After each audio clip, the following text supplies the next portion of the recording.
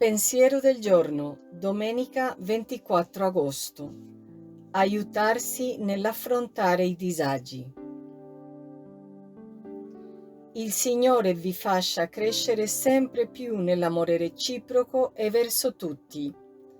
Dalla prima lettera ai Tessalonicesi, capitolo 3, versetto 12.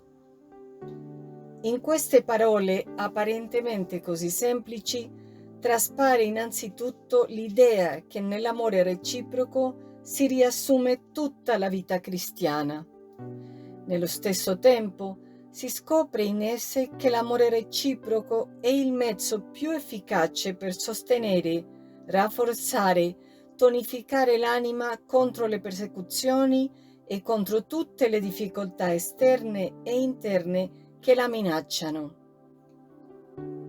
D'altra parte, non è difficile scoprirne il motivo. L'amore reciproco mette in moto e potenzia tutte le energie soprannaturali che ci sono state depositate dal Santo Rito il giorno del battesimo.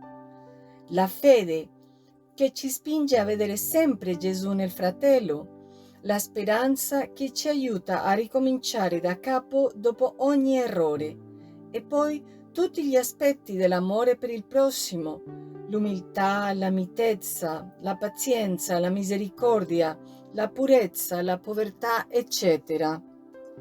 L'amore reciproco ci fa crescere soprattutto nell'amore per la croce di Gesù, perché ci chiede continuamente di rinunciare a noi stessi per identificarci con il fratello.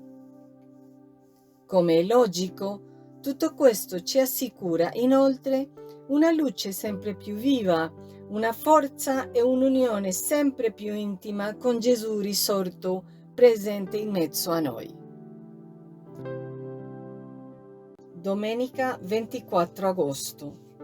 Aiutarsi nell'affrontare i disagi. Chiara Lubick, brani dal commento alla parola di vita dell'agosto 1988.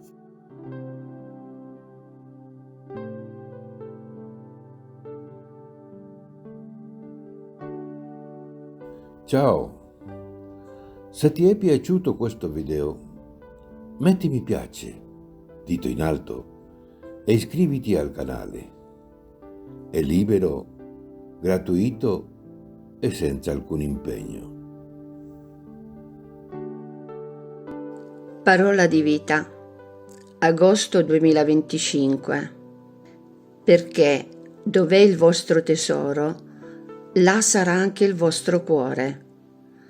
Vangelo di Luca, capitolo 12, versetto 34.